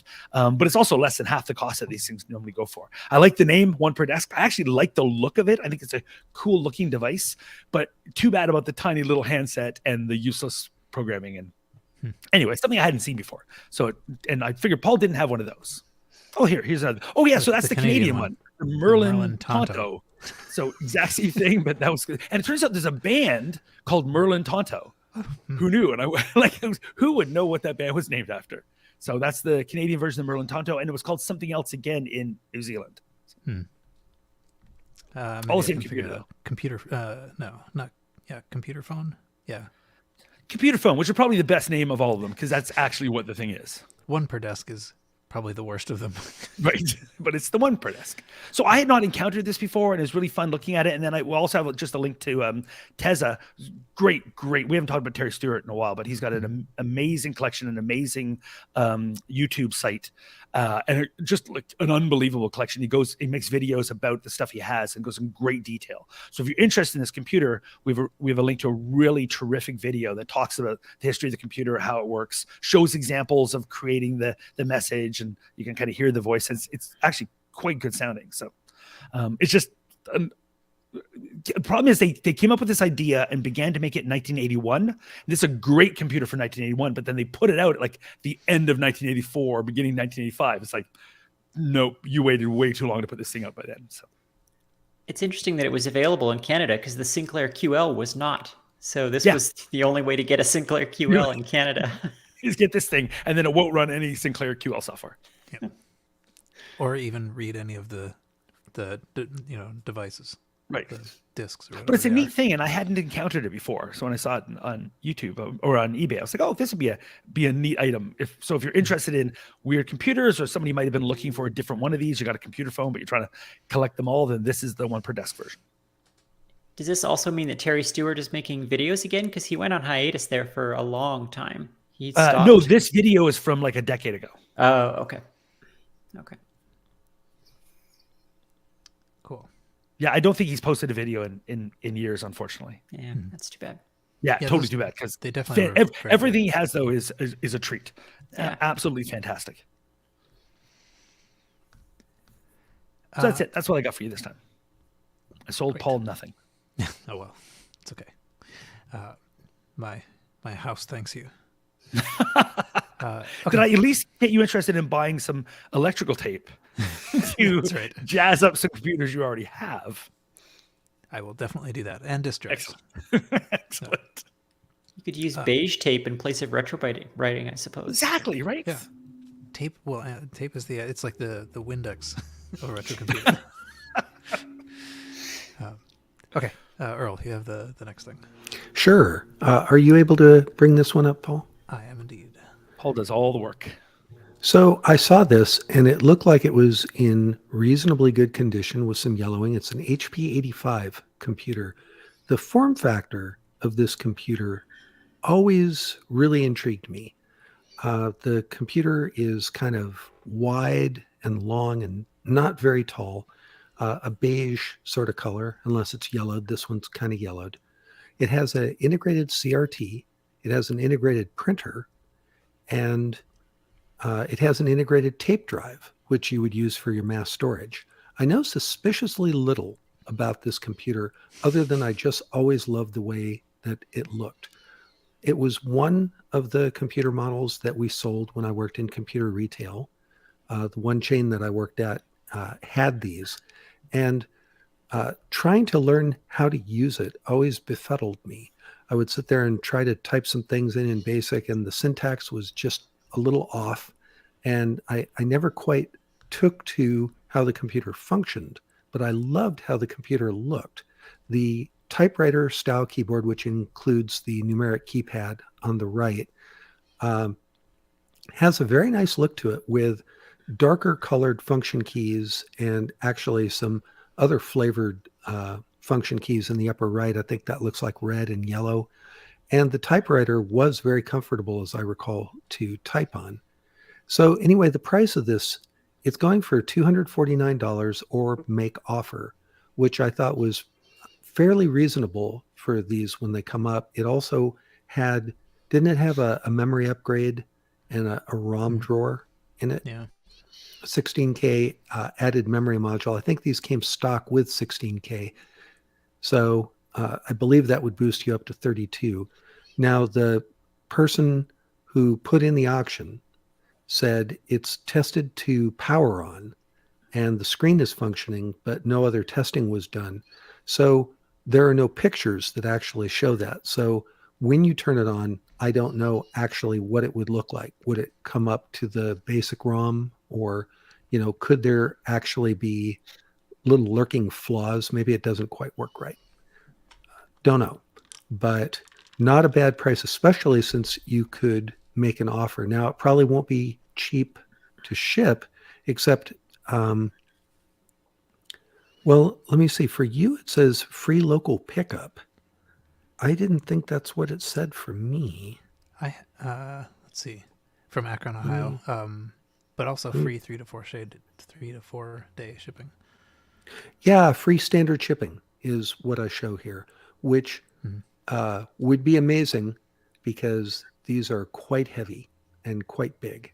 So, I would say caveat emptor, but if you're interested in it, I mean, it might be a deal.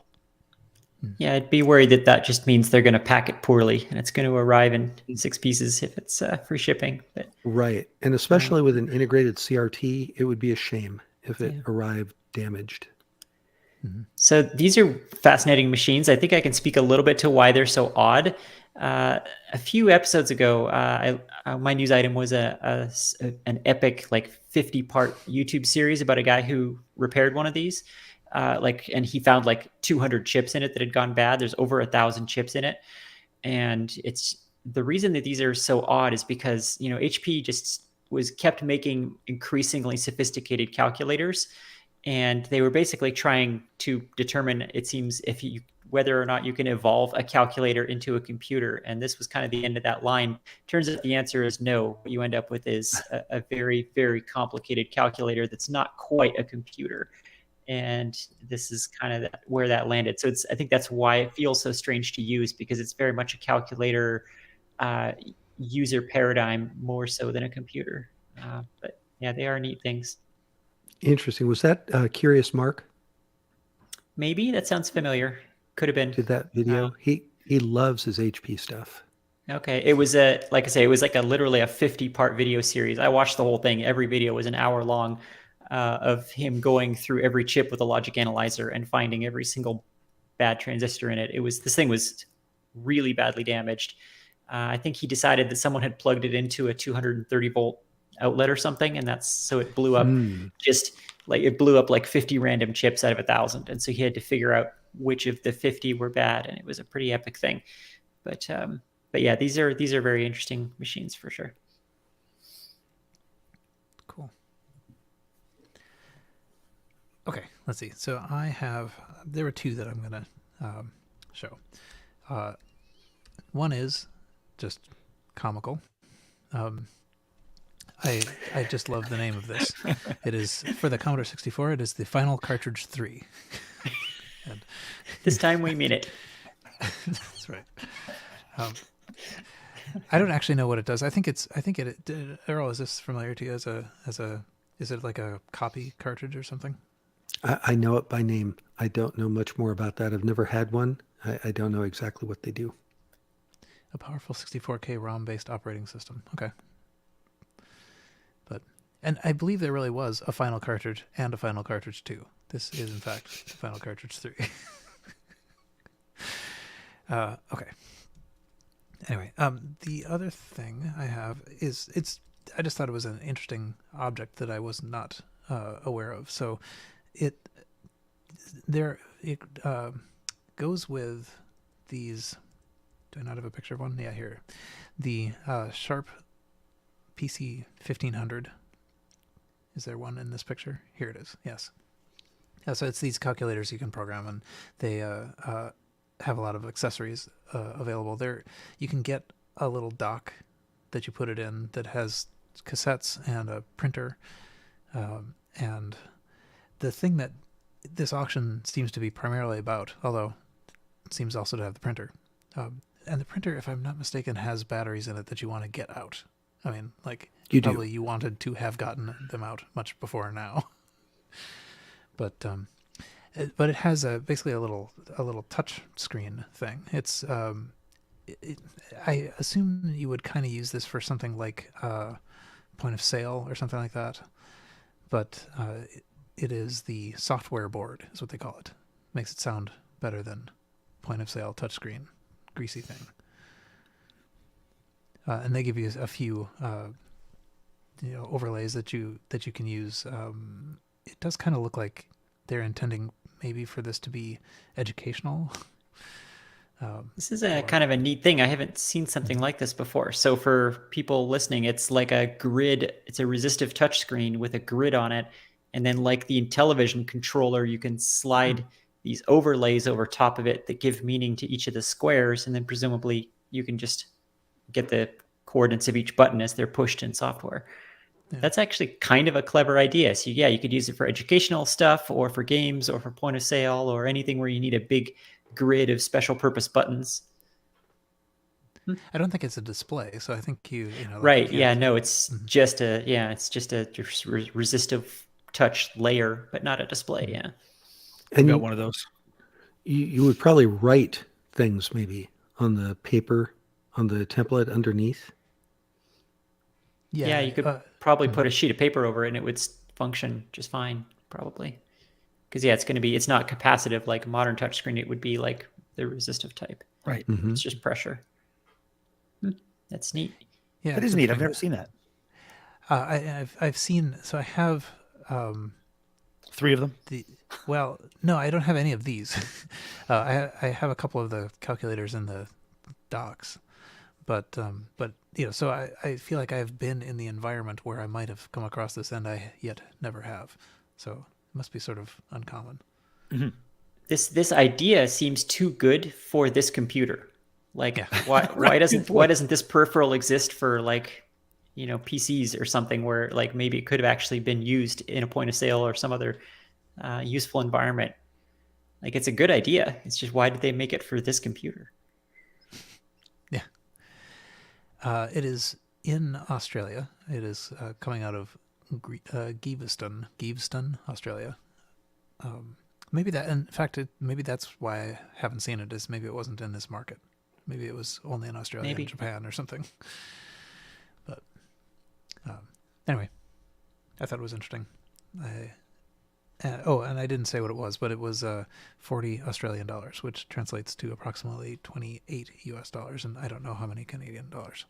I think approximately 40. Usually Australian dollar and Canadian are roughly parity. Yeah. Okay, cool. And that's it. I'll leave it there. Any other auctions anyone wanted? Okay. So nothing. Next time my auction choices are going to be all tape. Just going to take you to a 3M site and try to convince you. Oh, by the way, Michael in the chat said that what is it? The final Cartridge 3 is still manufactured and sold as the final Cartridge 3 Plus. I don't know if that's a joke or not, but I like it. Subtitle: No, for real this time. That brings me great joy. Okay, now I guess we can go to closing discussions. And Carrington, you are first. Am I? What have I got? Did I put anything in the notes? I closed the notes. Text I bet you I've got a lot going on. I'm a busy and exciting guy.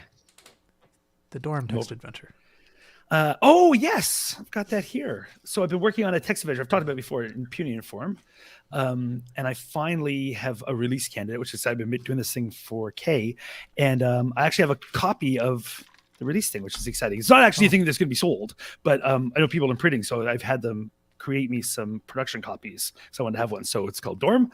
I will show you guys what comes in the game, which is cool, I think. I'm excited to have it. So this is a thing I've been working on for K. So it's in, for those who haven't listened, it's in Punion form, which is a version of form that lets you target old school computers. Like the target for this is a Z3 file. And also it comes on a disk image for the Apple II. So what you get with it, though, is the outer folder here, which is the little thing that's the disk image. You see it protesting the Apple II.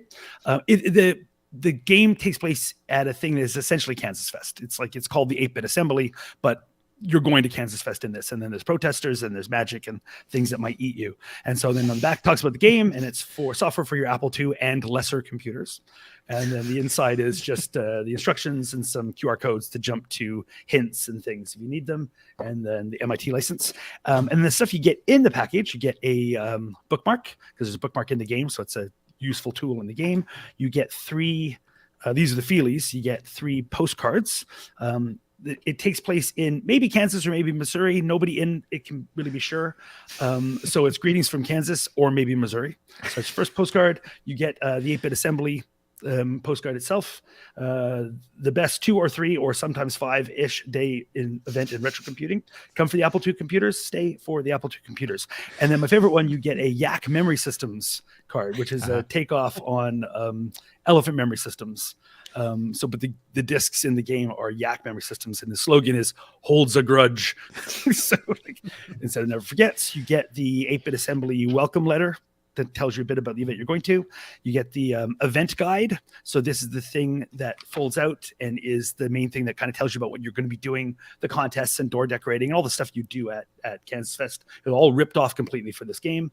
And then it unfolds into the map. Let's bang my mic. So it unfolds into the map of the campus. It's going to show you the kind of place you're going to. And then the game itself, because it was a pain to ship it on 5.25-inch discs. It's hard to get those. It comes with a little card here, and so you get a enamel pin, which is a ripoff of the Kansas Fest pins. You get a little enamel 8-bit assembly pin, and then the game itself ships on a little thumb drive that looks like a 5 1/4 inch disc. So I like this thing. So I made the art. I had them print them up with that on it. So and orient it 90 degrees. So when you stick it in your computer, it looks like you're putting a 5 1/4 inch disc in your computer. So that was fun. So this is the stuff Kay is going to be getting, and everyone who beta tested get a copy of it as well. So, so it's fun. It's fun to finally have a release candidate and finally be basically done with this thing. Yeah, so that's it. So it's exciting to get this in my hands. Just like 2 days ago, finally got the whole assembled package. But it won't be available for sale. Is that because that looks incredible? And you're not selling this? Why? I want that. I've got a bunch of copies. People who want it, I'll probably just like say, okay, do you want I'll make it available for like shipping cost or whatever. But no, it's not like a game I want to produce or whatever. It's just I wanted to so yeah. Because it's short run printing, I've got like 50 to 100 of every piece because they had to make that many anyway. I'm like, I need 5. They're like, here's a box of 100 because it takes that. We got to run that kind of stuff off. So, so I have enough to make a bunch of packages, but I didn't really do this as a game to sell. I just wanted to do it as a game to make and play and give something for Kay. So, so yeah, but it's fun to finally have the bits, like to have the whole assembled thing. So that's been fun. And then next month, Puny Inform, which is what this in, has a Puny Jam. So there's a 1 month jam for making games in this. So I'll probably want to enter that to kind of, now I know how to use this language. The code in this is so embarrassingly terrible. Like the first time you do anything, it's just like, let me dive in and start coding. And now I'm like, oh gosh, but the game technically works. So that's good enough for me. Yeah, so that's what I got going on. I got to, past the first puzzle, basically, I think. Right. Yeah, I was aiming for basically, I'm not embarrassed by it, was the quality level. Like for like a first project, you got to just like, okay, I'm not ashamed to have this out there. So it is what it is. But it's fun. It's a fun game, I think. It's kind of funny. It's been through a bunch of beta tests, so it mostly works now. So we'll see. And we'll have a link in this. It is also available as just a free thing. Like, so all the stuff is available as a PDF. There's PDF version, Feelies. You can just download the game. So there's a site where you just, once Kay has it, it's just going to be freely available. You can just download it and download copies of everything and just play. You just won't have the physical copies. So that's it. That's the game. Wow, cool. Nice work. That's incredible. Those Feelies look really, it was fun. amazing. Yeah, the idea was, because it's a very much an old school text adventure. It's not like very exciting things are being done in interactive fiction now. And this is not one of those. This is an old school, find the things to unlock the door, try not to get killed by teleporting. Oh, you got to need my, like it's very much old school Infocom style game. Like that's what I was aiming at. So because of that, I want it to be old school, like packaging in a baggie. The baggie is compostable, which is nice. And all the stuff's recycled, so I don't feel too bad about the things that got produced. But yeah, I wanted to have Feelies. So. Did you do all the artwork as well? Yeah, but I have a background in art, so like not proper art, but like art on my computer, drawing with Illustrator kind of art. So yeah. So. I like the yak a lot. He looks adorable. Yes, the yak is great. The yak is based on a friend of mine had done a yak like that, and then gave me a copy of it and let me modify it for because I thought, oh, that would be the perfect for the elephant. Let's do yak memory systems. So yeah, very cool. Earl, any closing notes? Just one brief one, a shameless plug. Randy and I just released, Randy Kindig, I should say, we released episode 9 of Next Without 4, which is a programming-themed podcast for retrocomputing. And in this one, we do our best to cover assembly language. It's an exhausting topic to try to cover, especially in an audio podcast. But I think we did it some level of justice, maybe 10% justice. Yep. I'm excited when an episode drops. When I see it, I'm like, oh, hey, you guys got a new episode out. So, but this one is a cliffhanger. Well, yes. It is. Yes. It was. This one went really long because we had a lot of material to cover. So we decided we'd break it up into 2 episodes. So this is episode 9, part 1, and then part 2 will come out, I think, roughly a month. You're really going to call it episode 9, part 2? No, no, it won't be Final Cartridge. 3+. It'll be episode 10.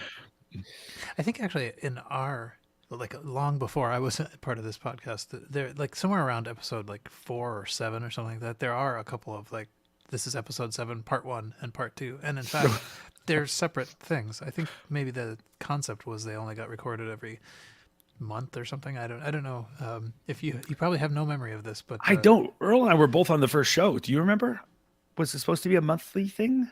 I don't know. Had David even picked a prescribed time period to release the episodes, like a cadence? I don't remember that. Well, we'll have him on when he finishes the documentary. We'll ask him. We'll Yeah. grill him. Yeah, what were you thinking? But yeah, I was, because I was trying to reassemble all of the episodes and stuff like that, and it seemed like, I didn't quite know what to do with episode 7, part 2. The final episode 7. Yeah. Plus.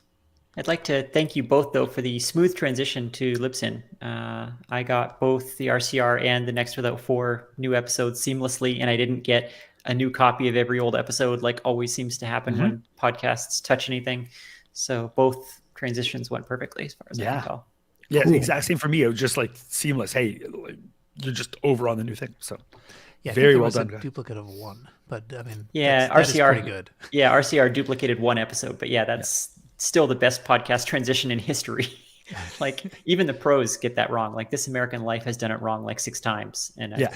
periodically Here they are all again. It's like, oh, here's 300 new episodes. Oh, thanks. No, well done. Thanks. Here it is. RCR, Super episode episode 7, 9 part champion 2, is just- February 2011. Let's see. Who's next? Earl was on that one, so it's his fault. Yeah. Okay. Earl, I think you might have gotten muted again. Oh, totally. Oh, yeah. Okay. I keep muting Earl. He doesn't know how. Yeah. And thank you for that. We all thank you.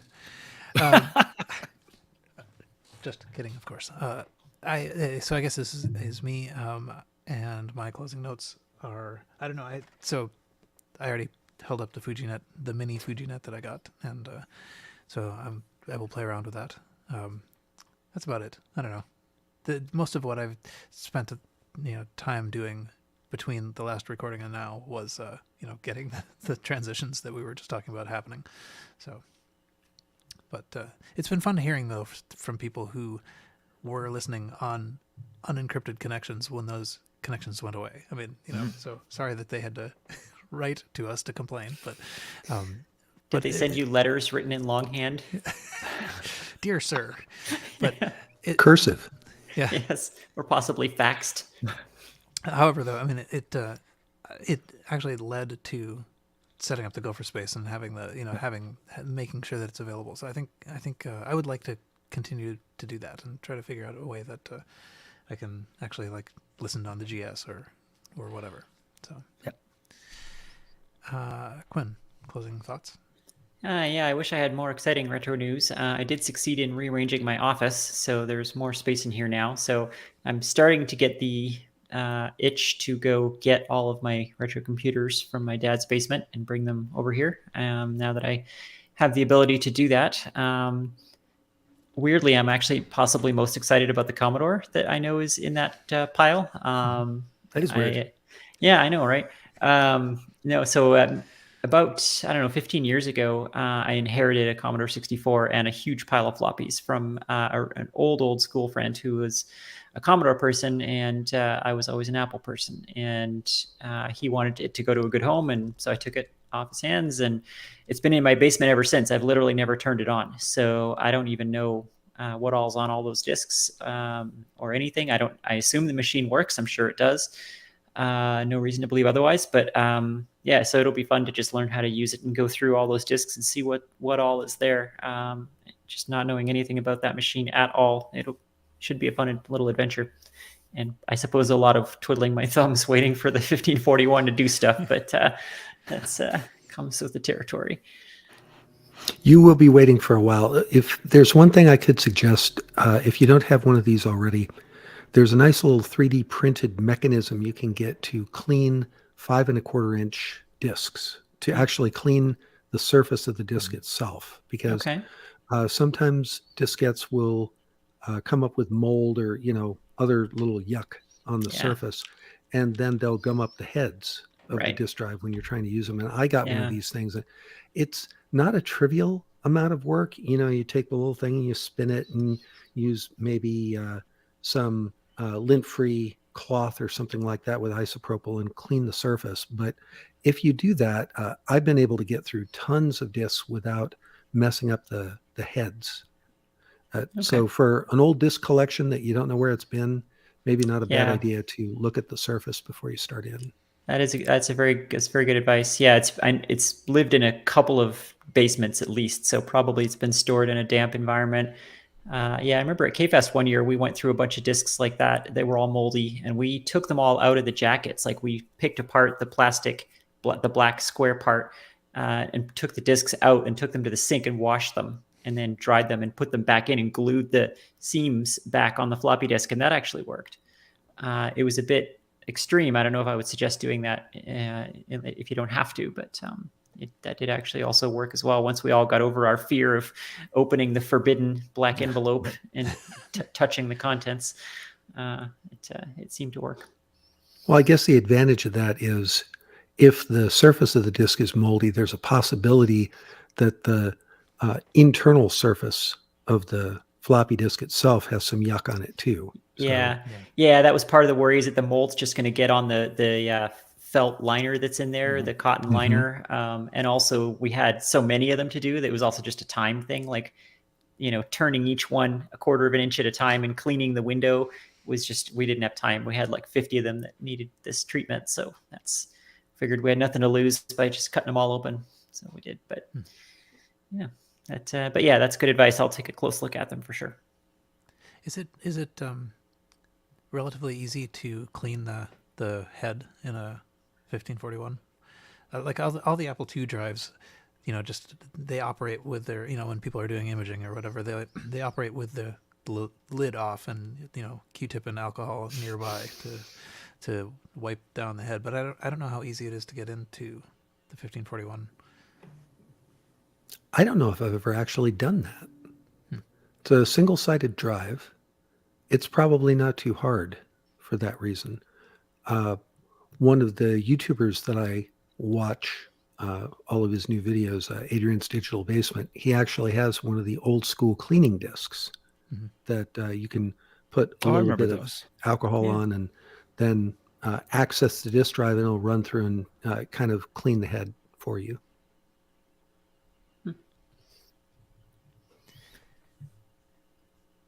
And they all come with a little, whatever death timer thing. They're supposed to check off the little boxes, at which point your disk is expired.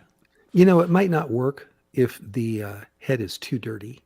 You might need at that point something like a Q-tip with some isopropyl or whatever. I guess that's something people could send on feedback if you want to. If you have a favorite method of cleaning your floppy disk drives, let us know. The other thing, people would open them up so that they could put some lubricant on the rails, because that's another thing that can get gummed up, is the head movement back and forth. Yeah, for sure. I think Tony Diaz had a favorite method for cleaning the Apple II disk drive heads, which was to lick his finger and rub it. But he was... I think he always sort of liked to do, to shock people with stuff like that. Right. Okay. Excellent. I guess we've made it. And not quite under 2 hours. So, not bad. Pretty good for us. Yeah. So, that is it for this show. You can find the show notes for this and all the RCR shows at rcrpodcast.com. You can discuss the show in the forums at... where? forum.vcfed.org/index.php/forum/retro-podcast-discussion #81. You can follow RCR on Mastodon at podcasts.social @RCRpodcast. You can join our Facebook group, facebook.com/groups/RCRpodcasts /RCRpodcast. You can send feedback to feedback@rcrpodcast.com. We are a member of the Throwback Network. Very, very pleasing visuals going on as I read this. Please write a review on iTunes if you want. And until next time, Retrocute. Oh, that was a good one. Yeah. Okay. Whatever. It worked out. More charming when we're bad at it, though, I think. Yeah. Michael right. was the worst. He was off by like an hour. Yeah, exactly. That's right. Okay, I should probably go, but thanks everyone for making. Yeah, likewise. And thanks everyone. Thanks, on you Good show. for Thank you, joining YouTube us. people. Yep. Thank you, potatoes. Yes. Bye all. See you all. Bye.